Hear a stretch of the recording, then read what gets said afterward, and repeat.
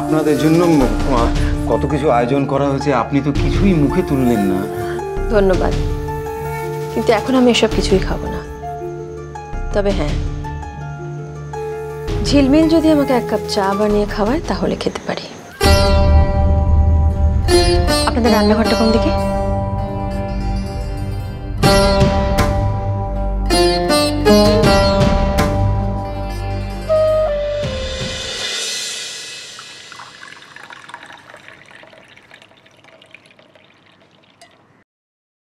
আমাদের 4 জনের সংসার,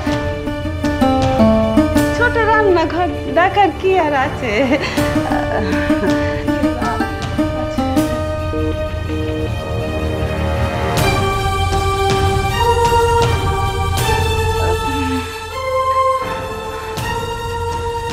কি রে, তুই সারাক্ষণ এখানে রান্নাঘরে ঘুরঘুর করিস কেন বলতো? হ্যাঁ, কি ব্যাপার তোর? কি চাই তোর, বল আমাকে কি চাই? আর তুই বা কাজের সময় ওকে রান্নাঘরে ঢুকতে দিস কেন বাবা? ও তো এই জাস্ট এলো, আমি শাড়ি আর মেকআপ ঠিক করছিলাম তো, তাই ওকে বললাম যে চাটা একটু কাপে ঢেলে দিতে। কাকে দিয়েছিস রাজার পান? যা যা এখান থেকে, ছাড়তে যা না, যা এখান থেকে যা, সব ঠেল ঠেলে ভেঙে দেবি।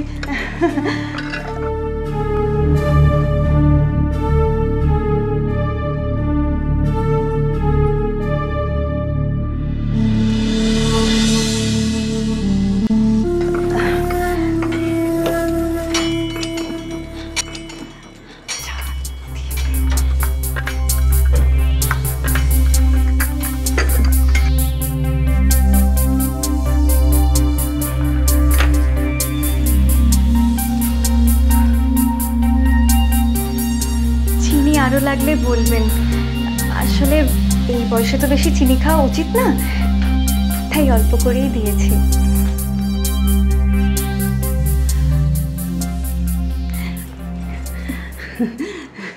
দেখেছেন আপনার শরীর স্বাস্থ্য নিয়ে এখন থেকে কত ভাবনা চিন্তা করছে। দে দে,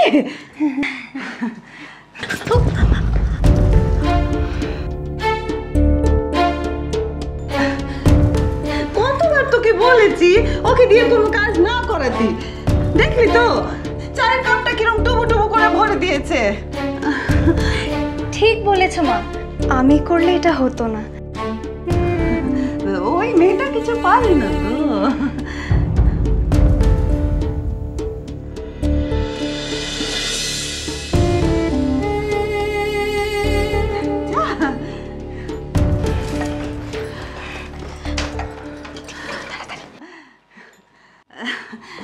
আসলে কি জানেন, সম্বন্ধের কথা চললে মনের মধ্যে এমনিতেই তো টানাপোড়েন চলতে থাকে, কোন মেয়ে ঘাবড়ে যাবে না বলুন?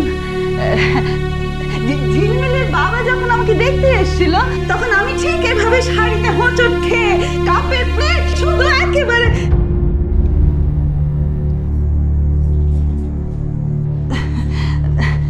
ঝিলমিল, শুনুন,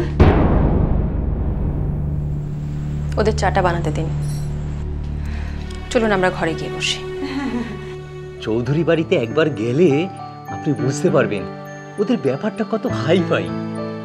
ওদের যে কতগুলো ব্যবসা আছে আপনি ধারণাও করতে পারবেন না। প্রায় সব কটা রাজ্যেই ফ্যাক্টরি আছে, শুধু তাই নয় বিদেশের সঙ্গে ওদের ব্যবসা হয়। এসবই আমার কল্পনার অতীত। জানি না ঈশ্বর মেয়েটার কপালে কি লিখে পাঠিয়েছেন, তবে তবে ও যদি ও বাড়ির বউ হয় তাহলে ও রাজরানী হয়ে থাকবে, এটা আমি ঠিক বুঝতে পারছি। জানেন দয়ানন্দ বাবু, আমার দিদির পছন্দটা না আর 5 জনের থেকে একদম আলাদা। কম মেয়ের ছবি তো দেখায়নি, শেষে আপনার মেয়ের ছবি দেখে ঠেঙিয়ে এত দূর এলো।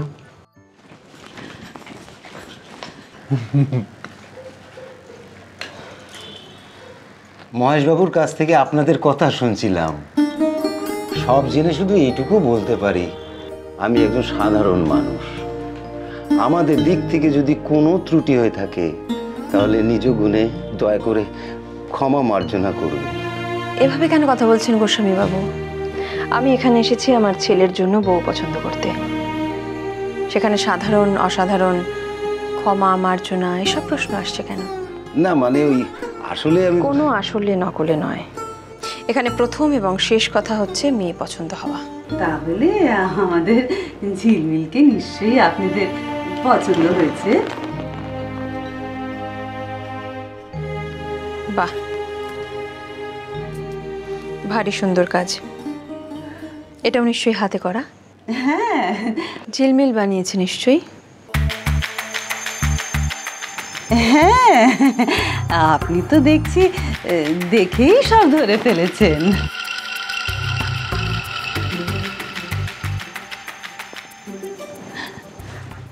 আয় মা, আয় আয়।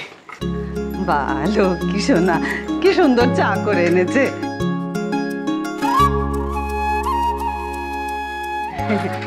বস মা, বস বস। বলছিলাম কি, কষানের কাজটা ওনার খুব পছন্দ হয়েছে, তা আমরা তো যাবোই ওনাদের বাড়িতে সব দেখে শুনে নিতে। তার আগে তুই কয়েকটা কষান করে রাখিস, আমরা না হয় দিয়ে আসবো, কি বলেন? এটা কি স্টেজ করেছো ঝিলমিল?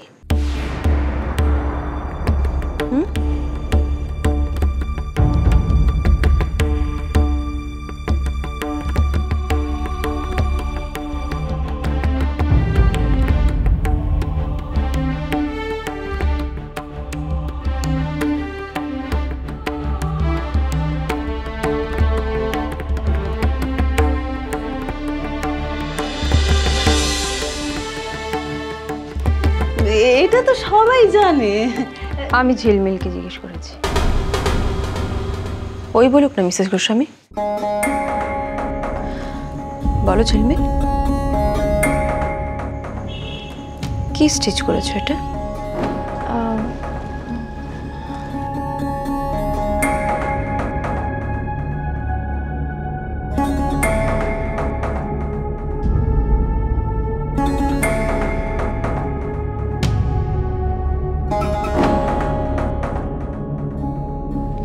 কাঁথার স্টিচ,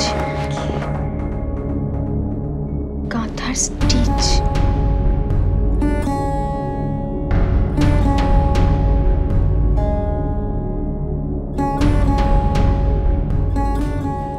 কাঁথা স্টিচ আসলে অনেকদিন আগে করেছিলাম তো, তাই ঠিক মনে পড়ছিল না। গান জানো? গান গান তো অনেক গান জানি, আমি সব ধরনের গানই জানি। বাহ বাহ বাহ বাহ, খুব ভালো। বেশ, ধরো তো একখানা প্রাণ খোলা গান। ধরো।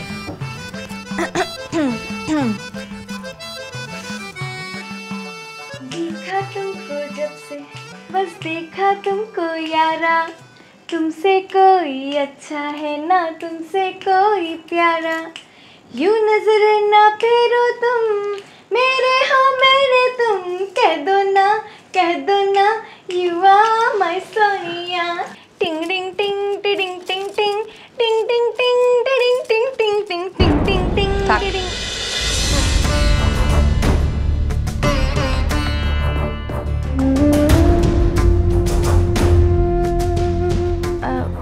আরও ছিল, আমি তো পুরো গানটাই গাইতে পারি। প্রার্থনা বা ভজন কিছু জানো?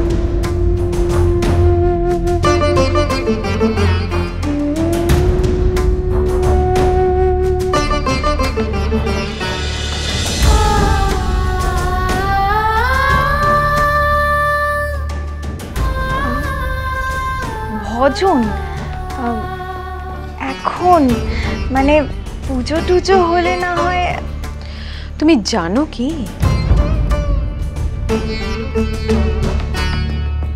কনক জানে।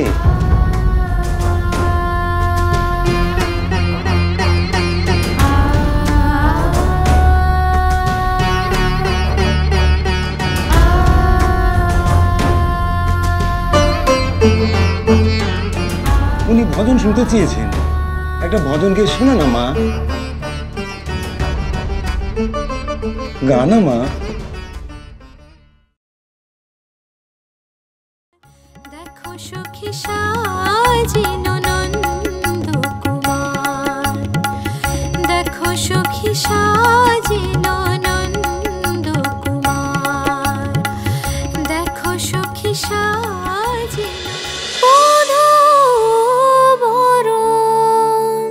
চলো চলো চলো চলো চলো পাল্টাই